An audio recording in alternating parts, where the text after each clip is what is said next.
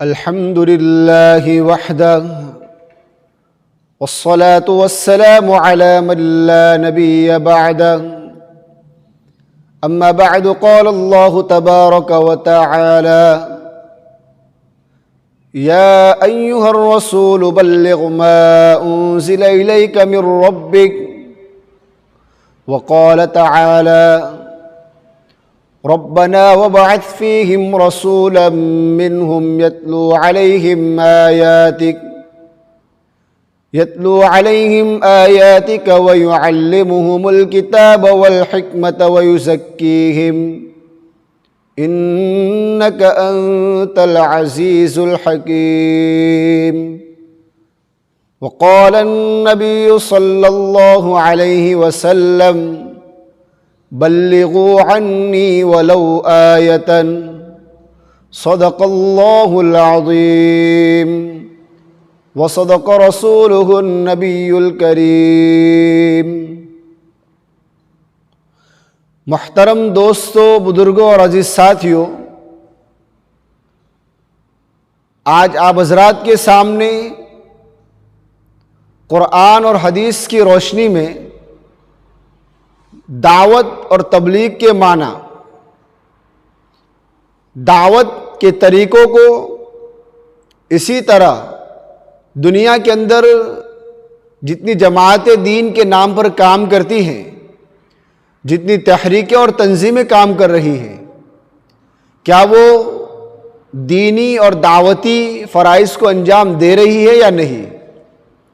کیا دعوت دینے کا، تبلیغ کرنے کا کوئی خاص طریقہ ہے؟ آج کی اس گفتگو کے اندر اسی کو ہم سمجھنے کی کوشش کریں گے، کیونکہ دعوت اور تبلیغ کے معنی اور مفہوم اور اس کے طریقہ کار کو نہ سمجھنے کی وجہ سے آج ہم لوگ ایک دوسرے کے قریب نہیں بلکہ دور ہوتے جا رہے ہیں۔ ہم آپس میں ایک دوسرے کو سلام کرنے کو بھی تیار نہیں، اور یہ اس لیے ہوا کہ ہم نے قرآن اور سنت کی روشنی میں دعوت و تبلیغ کے معنی کو سمجھا ہی نہیں ہے۔ ہر آدمی اپنی منمانی کرتا ہے اور اپنے من کے حساب سے، اپنے دل کے حساب سے اس کی تشریح کرتا ہے۔ آج ہم سمجھیں گے کہ قرآن پاک کے اندر تبلیغ کا کیا معنی ہے، دعوت کے کیا معنی ہے۔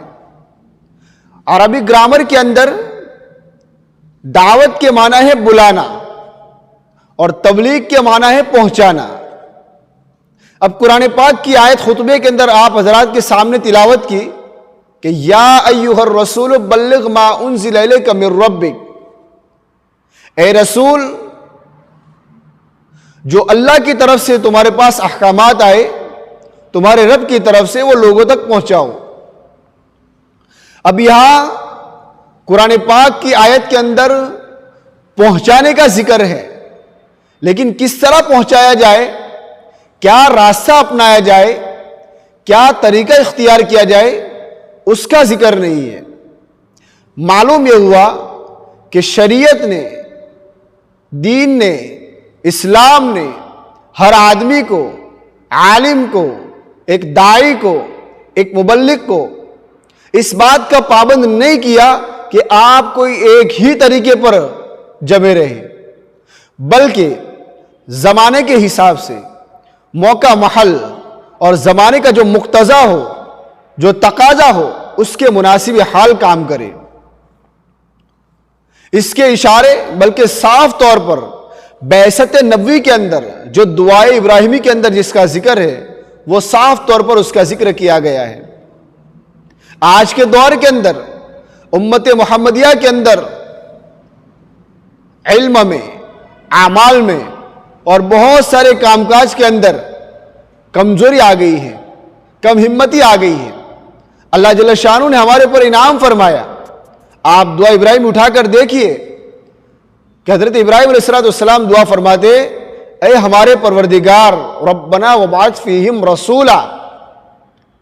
کیا دعا فرما رہے کہ ہمارے پروردگار ان کے درمیان ایک رسول بھیج، یتلو علیہم آیاتک،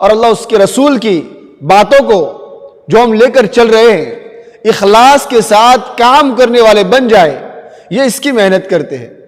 اس سے مراد یہ خانقاہ والے لوگ ہیں، تو یہ بھی ہمارے اپنے لوگ ہیں۔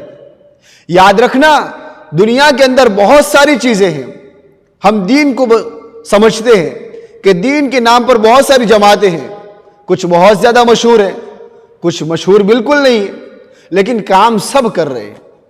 بھائی جیسے آسمانی کتابیں بہت ساری ہیں، اس میں 4 مشہور کتابیں ہیں، اس کے علاوہ صحف ابراہیم اور صحف موسیٰ یہ بھی ہیں، لیکن مشہور 4 ہو گئی، توریت، انجیل، زبور اور قرآن پاک۔ تو کیا اس کے علاوہ قرآن پاک کے علاوہ اور ان 4 کتابوں کے علاوہ کوئی کتابیں نہیں ہیں؟ ہے، بالکل ہے، لیکن مشہور یہ ہو گئی۔ اس کے علاوہ اولو العزم اور جلیل القدر پیغمبر 4 مشہور ہو گئے، تو کیا ان کے علاوہ نبی نہیں ہے، رسول نہیں ہے؟ اسی طرح یہ طریقت اور سلوک کے جو سلسلے ہیں وہ 4 مشہور ہو گئے، جیسا کہ نقشبندیہ ہیں، چشتیہ ہیں، سہروردیہ ہیں۔ تو کیا یہ 3-4 طریقے جو ہیں، کیا یہی صرف طریق اور سلوک کے راستے نہیں، اس کے علاوہ بھی ہیں، لیکن یہ 4 مشہور ہیں۔ اسی طرح 4 مسلک اور 4 مشرب یہ مشہور ہے، حنفی ہو، مالکی ہو، حنبلی ہو، اور اسی طرح 4تھا مسلک ہے ایک حنفی، مالکی، حنبلی اور شافعی۔ یہ 4 مسلک ہے، اس کے علاوہ بھی مسلک ہے، لیکن یہ 4 کو اللہ نے مقبولیت دی، 4 مشہور ہو گئے۔ تو اسی طرح دین کے نام پر بہت سارے کام کرنے والے افراد ہیں، مدارس والے ہیں، مکاتب والے ہیں، خانقاہ والے ہیں، دعوت تبلیغ والے ہیں، اسی طرح مصنفین حضرات ہیں۔ اس لیے حضرت شیخ زکریا رحمۃ اللہ علیہ نے فضائل اعمال میں لکھا ہے کہ امر بالمعروف اور نہی عن المنکر خواہ کسی طریقے سے ہو،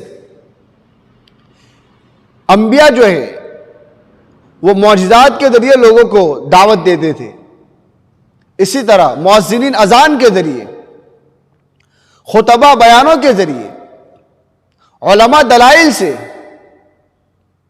اسی طرح اور بھی بہت سارے مبلغین اور واعظین الگ الگ طریقوں سے دین کی دعوت دے رہے ہیں۔ اور مشہور مدارس والے ہو گئے، مکاتب والے ہو گئے، موجودہ دعوت تبلیغ والے ہو گئے۔ تو کیا اس کے علاوہ دین کے کام کرنے والے دنیا میں نہیں ہیں؟ اور بھی بہت سارے دین کے راستے کھلے ہو،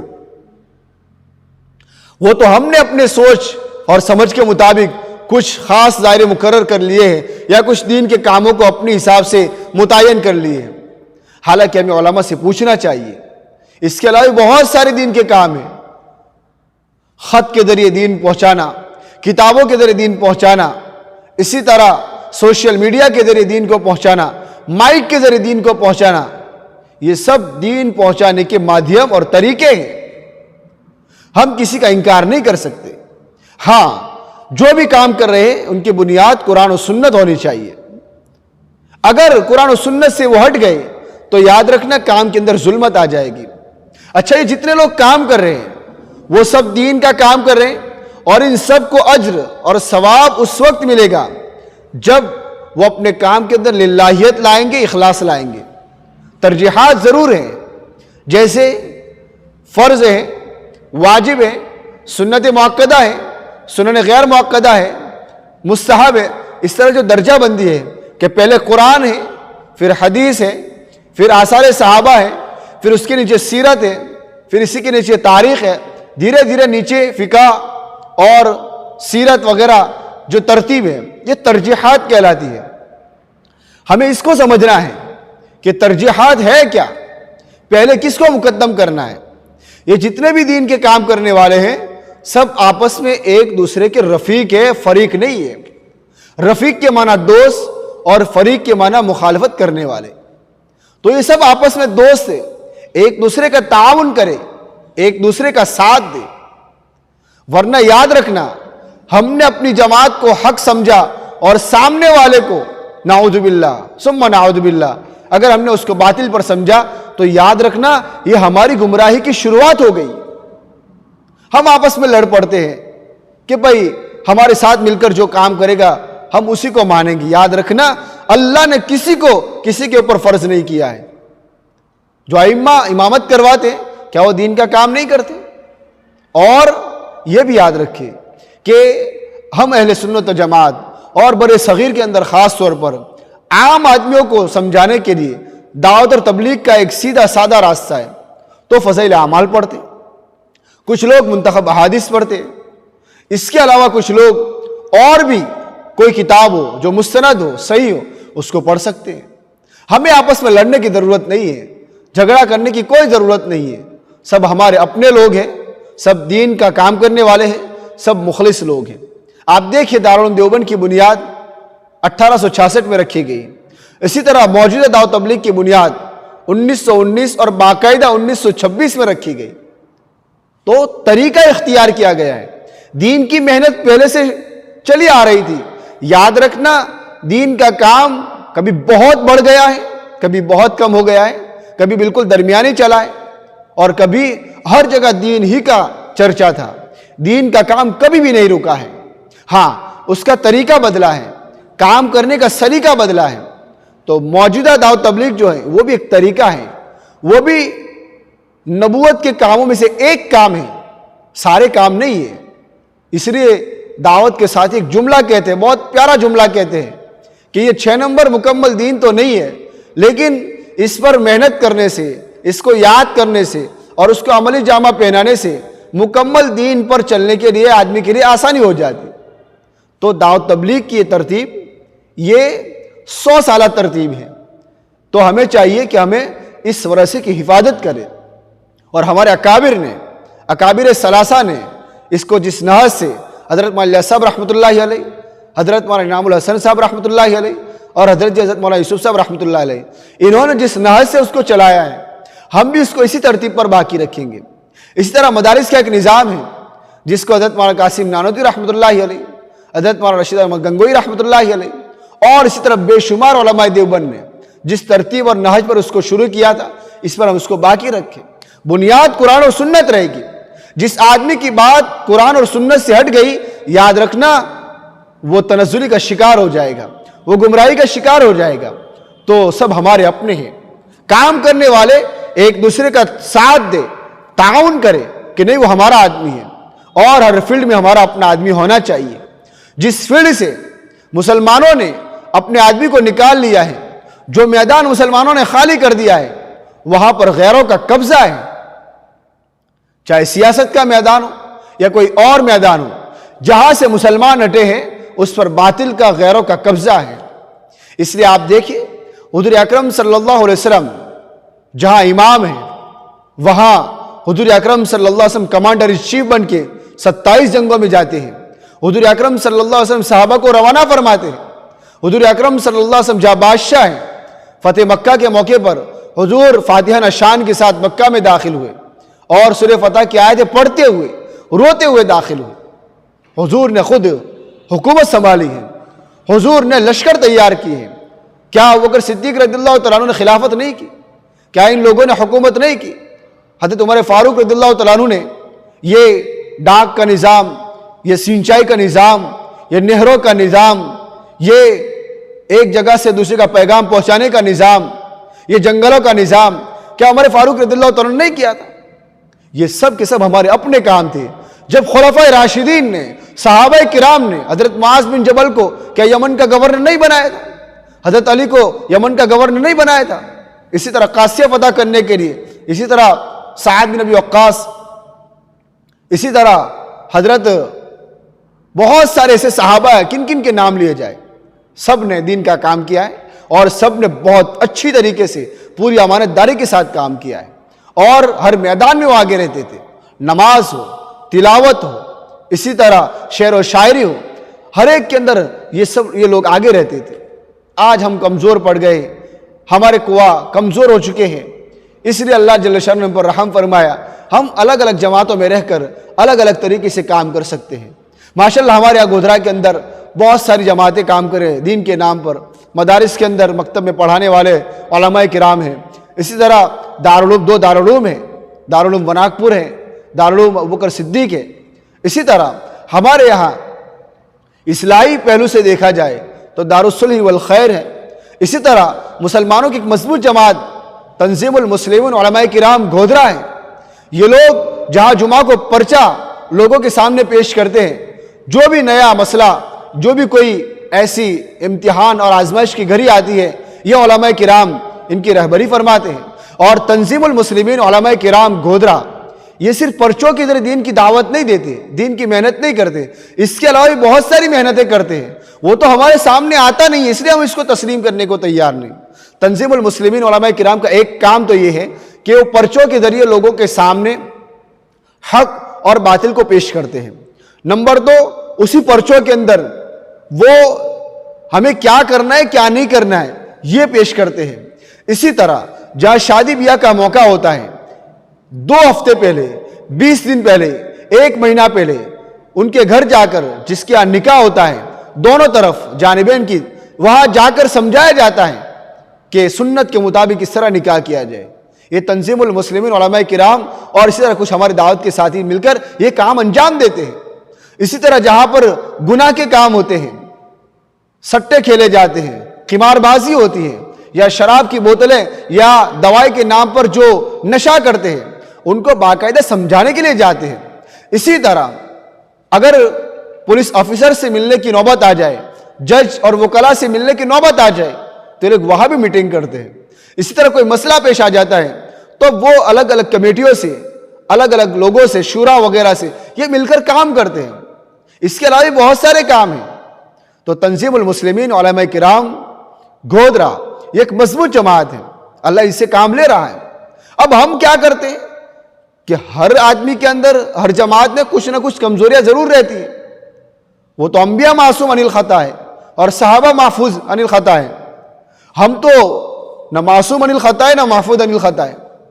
تو لغزشیں تو ہوگی، کوتاہیاں تو ہوگی، لیکن اپنی کوتاہی کو، اپنی کمزوری کو ٹھیک کرنے کی کوشش کریں اور اندر بیٹھ کر آپس میں سلجھانے کی کوشش کریں.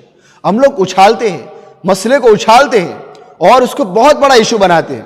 اگر کوئی غیر کوئی بات کرتا ہے اور وہ کوئی ایشو بنا لے تو ہم کیا دیکھ بھائی غیر ہے، اپنا ہو کر اپنوں کی عزت کو اچھالتے ہیں. اسی طرح شورا کی ایک جماعت ہے، وہ بھی کام کر رہی ہے، ابھی یہ بن رہی ہے، ابھی وہ مستحکم ہو رہی ہے، مضبوط ہو رہی ہے. امید ہے وہ مضبوط ہو جائے گی تو بہت سارے کام وجود میں آئیں گے. کوئی بھی کام جب شروع ہوتا ہے تو ایک دم شروع نہیں ہوتا ہے. حضور اکرم صلی اللہ علیہ وسلم نے 13 سال مکی دور کے اندر گزارا، تو کیا پہلے دن سارے لوگ ایمان لے آئے تھے؟ کیا دوسرے مہینے کے اندر پورا مکہ ایمان میں آ گیا تھا؟ نہیں آیا تھا.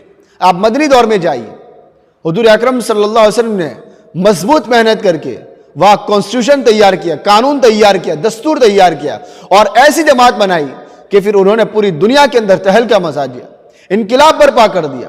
تو کوئی کام شروع ہوتا ہے بتدریج، دھیرے دھیرے اس کے اندر ترقی ہوتی ہے اور اس کے اندر امپروو ہوتا ہے. اس لیے ہمیں چاہیے کہ اب یہ جو شورا کی جماعت بن رہی ہے اب دھیرے دھیرے کہ انشاءاللہ یہ کام کرے گی.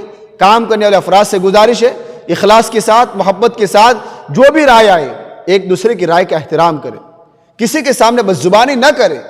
اگر ہماری رائے قبول نہیں ہوتی تو دل سے شکر ادا کرے کہ اللہ ہو سکتا ہے میری رائے کے اندر کوئی کھوٹ ہو، میری نیت میں کوئی کھوٹ ہو، اچھا ہو میری رائے قبول نہیں ہوئی. جس کے اندر دین کا، امت کا فائدہ ہو ایسی رائے پیش کی جائے. اسی طرح ہمارے یہاں یہ ایک مائک کا نظام ہے، مائک کا ایک سسٹم ہے، اس کے ذریعے بھی دین کی محنت ہو رہی ہے.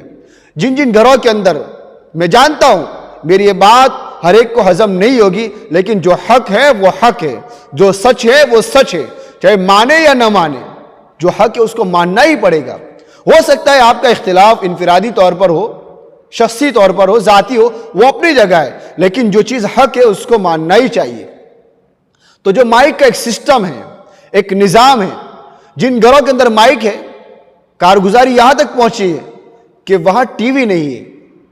کارگزاری یہاں تک پہنچی ہے کہ عورتوں نے قرآن پاک کی تلاوت سیکھ لی ہے، دعائیں سیکھ لی ہیں، اٹھنے کی, بیٹھنے کی, سونے کی, دعائیں اپنے اپنے وقت پر پڑھنے کے جو اعمال ہیں وہ سب سیکھ لیے.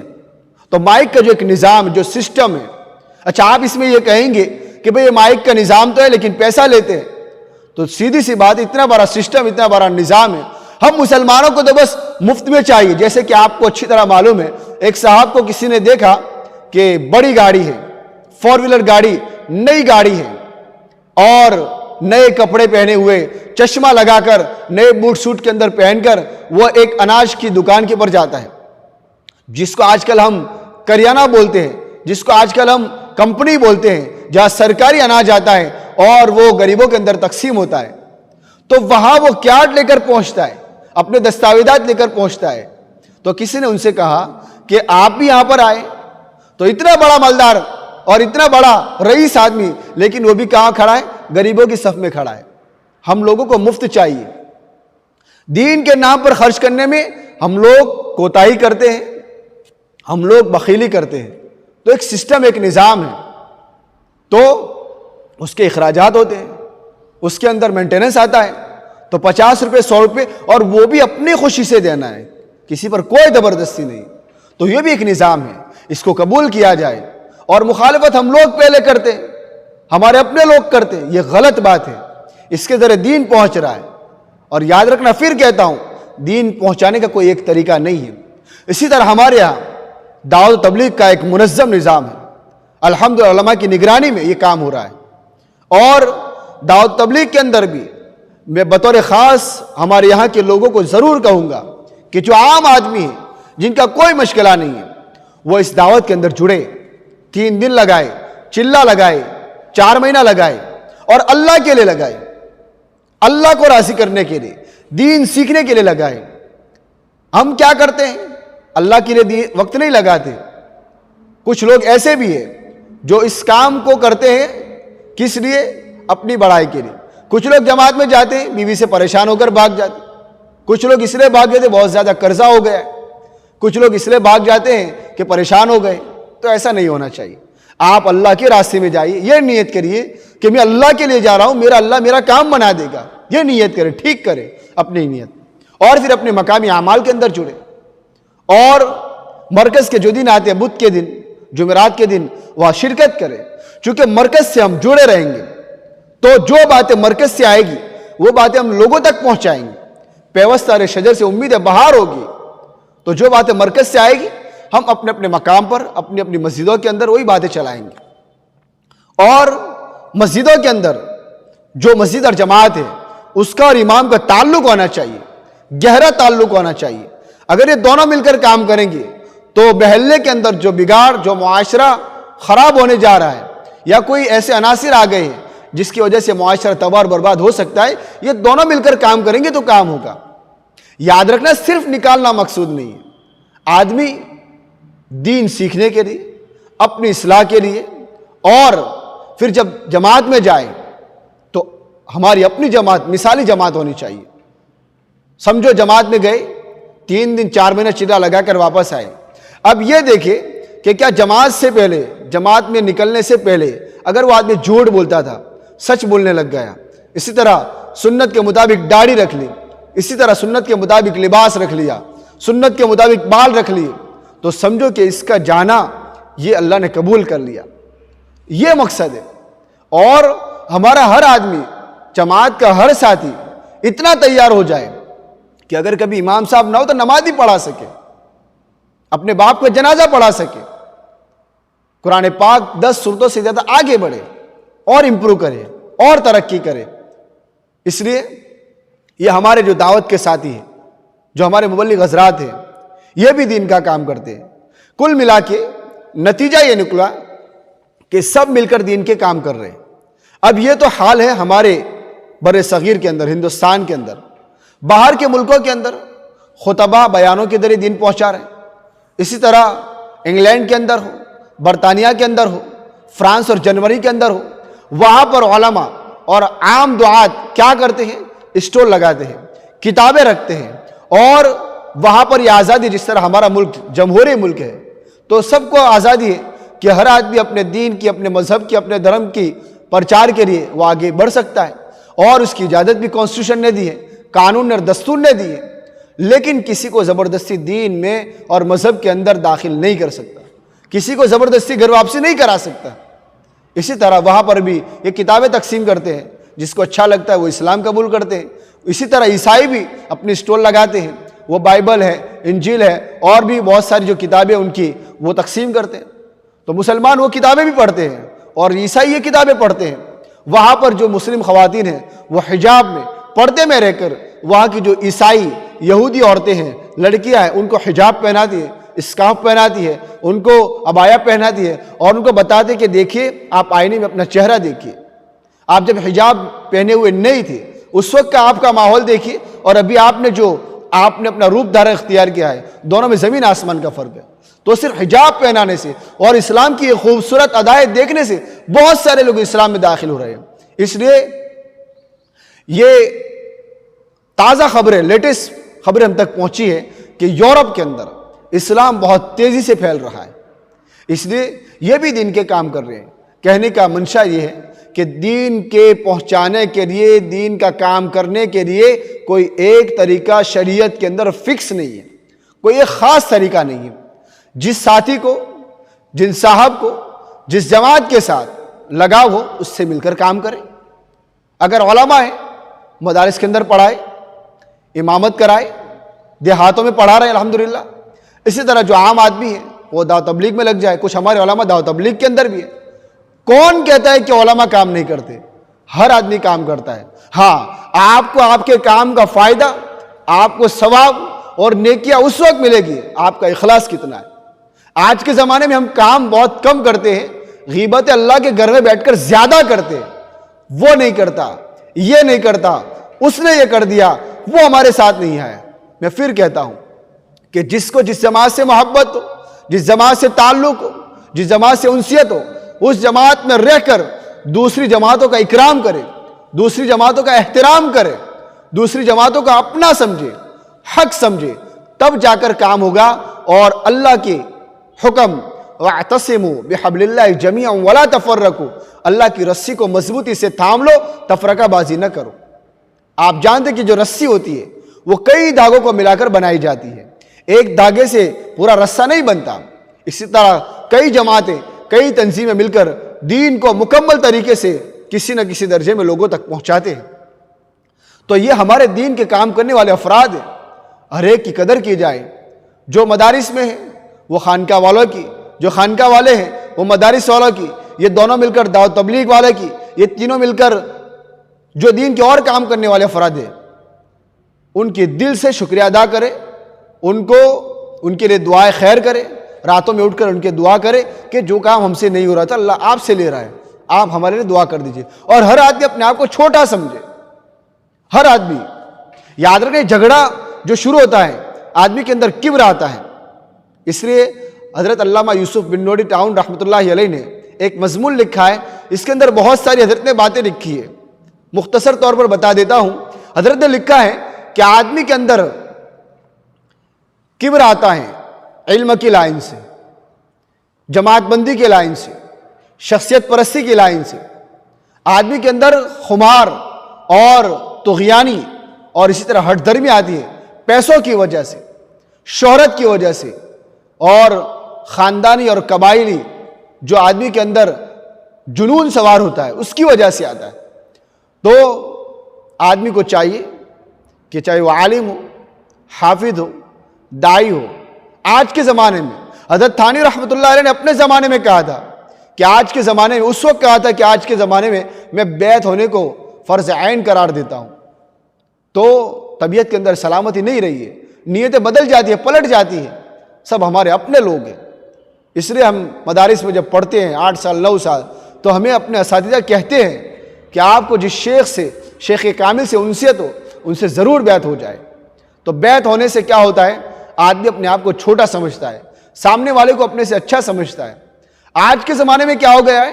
ہم اپنے آپ کو جبرائیل امین سمجھتے ہیں اور سامنے والے کو ابو جہل گردانتے ہیں۔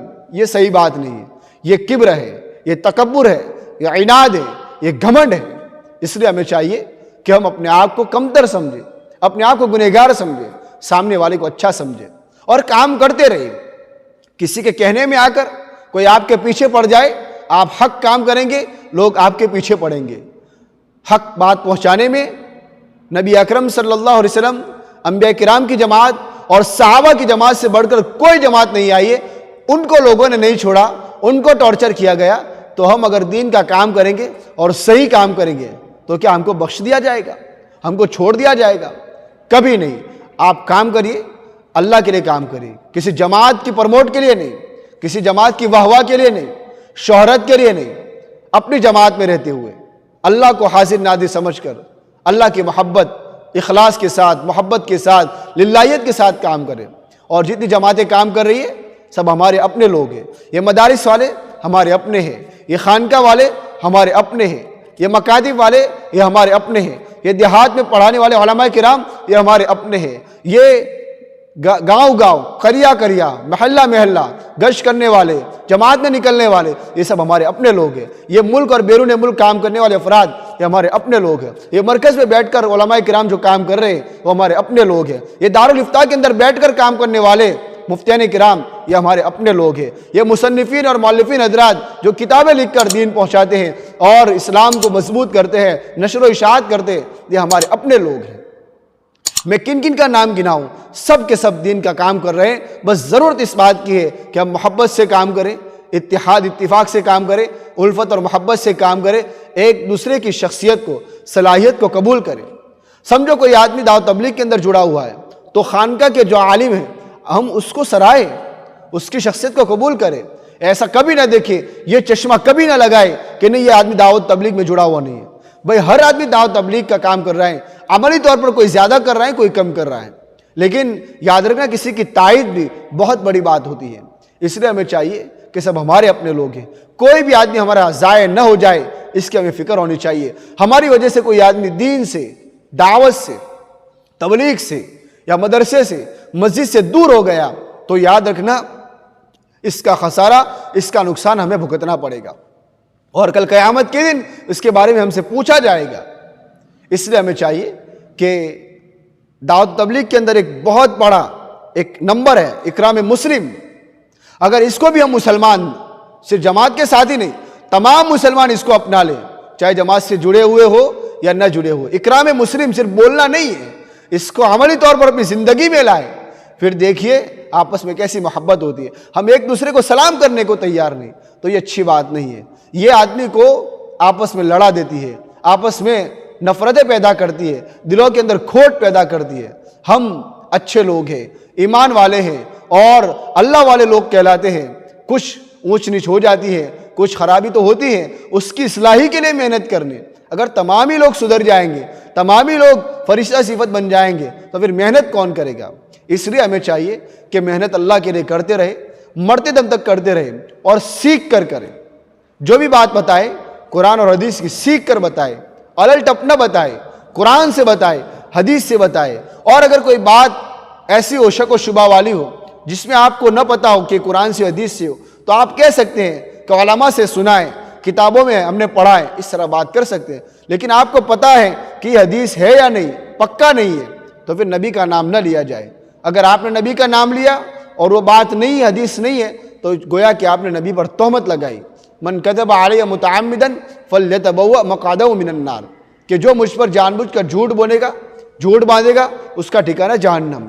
تو ہمیں اس سے بچنا چاہیے، غلط بیانی سے، غلط واقعہ سے، غلو سے بچنا چاہیے، ہٹ درمی سے بچنا چاہیے۔ جو حق ہے اس کو ڈنگے کی چوٹ بیان کرنا چاہیے، جو باطل ہے اس کو ڈنگے کی چوٹ بیان کرنا چاہیے۔ اور خرابیاں ہر ایک کے اندر آتی ہے، بس ہر جماعت والے، ہر تنظیم والے، ہر تحریک والے یہ نیت کر لے کہ وہ ہماری جماعت میں، ہماری تحریک کے اندر کیا خرابیاں ہیں، کیا کوتاہی ہے، اس کو سدھارنے کی کوشش کریں۔ آج کیا ہوتا ہے، ہم کسی کو کوئی کوتاہی بتاتے تو وہ مخالف ہو جاتا ہے کہ ہماری جماعت کا مخالف ہے، یہ ہماری تنظیم کا مخالف ہے، یہ ہماری فلاں پارٹی کا مخالف ہے۔ یاد رکھنا کسی کو کسی کی مخالفت کی کوئی نہ گنجائش ہے، نہ کسی کے پاس وقت ہے۔ وہ تو ہم اپنے آپ کو گنہگار ثابت کر دیتے ہیں، ہم اپنے آپ کو چور ثابت کر دیتے ہیں۔ جیسا کہ ایک واقعہ مشہور ہے کہ ایک جگہ چور چوری کرنے آیا، یہ واقعہ ہم نے سمجھ لیا تو بہت سارے ہمارے مسائل حل ہو جائیں گے۔ چور چوری کرنے آیا لیکن چوری نہیں ہوئی، وہاں گٹھری رہ گئی اس کی، تو تمام لوگ جمع ہو گئے محلے کے، اور ہر ایک نے ہر ایک رائے دی. کسی حاجی صاحب نے رائے دی ایسا ہوا ہوگا، مولانا صاحب نے رائے دی شاید ایسا ہوا ہوگا، کسی اور ساتھی نے رائے دی بھائی ایسا ہوا ہوگا. اب سب لوگ اٹکل کی باتیں کر رہے ہیں، سب لوگ صرف گمان لگا رہے ہیں، ظن اور وہم تھا صرف کہ ایسا ہوا ہوگا، حالانکہ ایسا نہیں تھا. وہ چور اندر تھا، اس نے اخیر میں ہاتھ اٹھایا کہ بھائی میں بتاتا ہوں. تو تمام لوگوں نے کہا بھائی تو بھی بتا. جس طرح سب نے الگ اپنی اپنی رائے دی، تو بھی اپنی رائے پیش کر. اس نے کہا دیکھو وہ شاید اس طرح آیا ہوگا، اس نے شاید اس طرح تالا توڑ دیا ہوگا، شاید وہ اس طرح گٹھری باندھ کے اس دیوار سے بھاگ رہا ہوگا، شاید. اس کو کسی نے چور ابھی نہیں کہا، نہ مجمع نے کہا، نہ آپ نے کہا، کسی نے چور نہیں کہا. اب اس کا پاؤں پھسلا ہوگا شاید، اور یہ گٹھری ادھر جا کر گری اور میں ادھر جا کر گرا. اخیر میں اس کی زبان سے نکل گیا گٹھری ادھر جا کر گری اور میں ادھر جا کر گرا. اب میں سامعین سے، ناظرین سے پوچھنا چاہتا ہوں کہ اس چور کو چور کس نے ثابت کیا؟ اس نے خود ثابت کیا کہ میں چور ہوں. کسی نے اس پر تہمت نہیں لگائی، کسی نے اس پر الزام نہیں لگایا. تو جب ہم بھی کبھی بیانات کے اندر علماء کرام کچھ باتیں حالات کے حساب سے بتاتے ہیں، قرآن پاک کی آیت پڑھ کے بتاتے ہیں، تو ہم لوگ یہ سمجھتے ہیں کہ مولانا صاحب نے صرف مجھے کہا ہے. ارے بھائی وہ خرابی اگر تیرے اندر ہے تو چپ چاپ سدھار لے، بات ختم ہو گئی. اس میں ڈنڈورا پیٹنے کی کیا ضرورت ہے؟ شور مچانے کی کیا ضرورت ہے؟ سمجھو جو آدمی شور مچائے اور کہے کہ مولانا نے مجھے ہی کہا ہے، میری ہی خرابی بیان کی، سمجھ جاؤ وہ آدمی چور ہے، وہ گنہگار ہے، اس گناہ کے اندر وہ ملوث ہے. کسی کو کوئی حق نہیں ہے کہ کسی پر انگلی رکھ کر یہ کہے تو جنتی ہے، تو جہنمی ہے، یا تو ایسا ہے تو ویسا ہے، تو چنی ہے تو چنا ہے. کسی کو کوئی حق نہیں ہے. ہم اپنی ذات سے اپنے آپ کو گنہگار ثابت کرتے ہیں. تو اللہ جل شانہ سے دعا کرتے ہیں کہ اللہ جل شانہ مدارس کی، مکاتب کی، خانقاہوں کی، دعوت و تبلیغ کی، اور جہاں اللہ سکھایا جاتا ہے، مکاتب جو دیہات کے اندر کام کر رہے ہیں، اسی طرح جو دارالعلوم ہے ان سب کی، اور جتنی بھی دینی تنظیم اور تحریک دنیا کے اندر، پوری دنیا کے اندر کام کر رہی ہے، دینی مراکز ہے، اللہ جل شانہ ان سب کی حفاظت فرمائے، سب کو آپس میں محبت، اتحاد، اتفاق نصیب فرمائے. وآخر دعوانا ان الحمد للہ رب العالمین.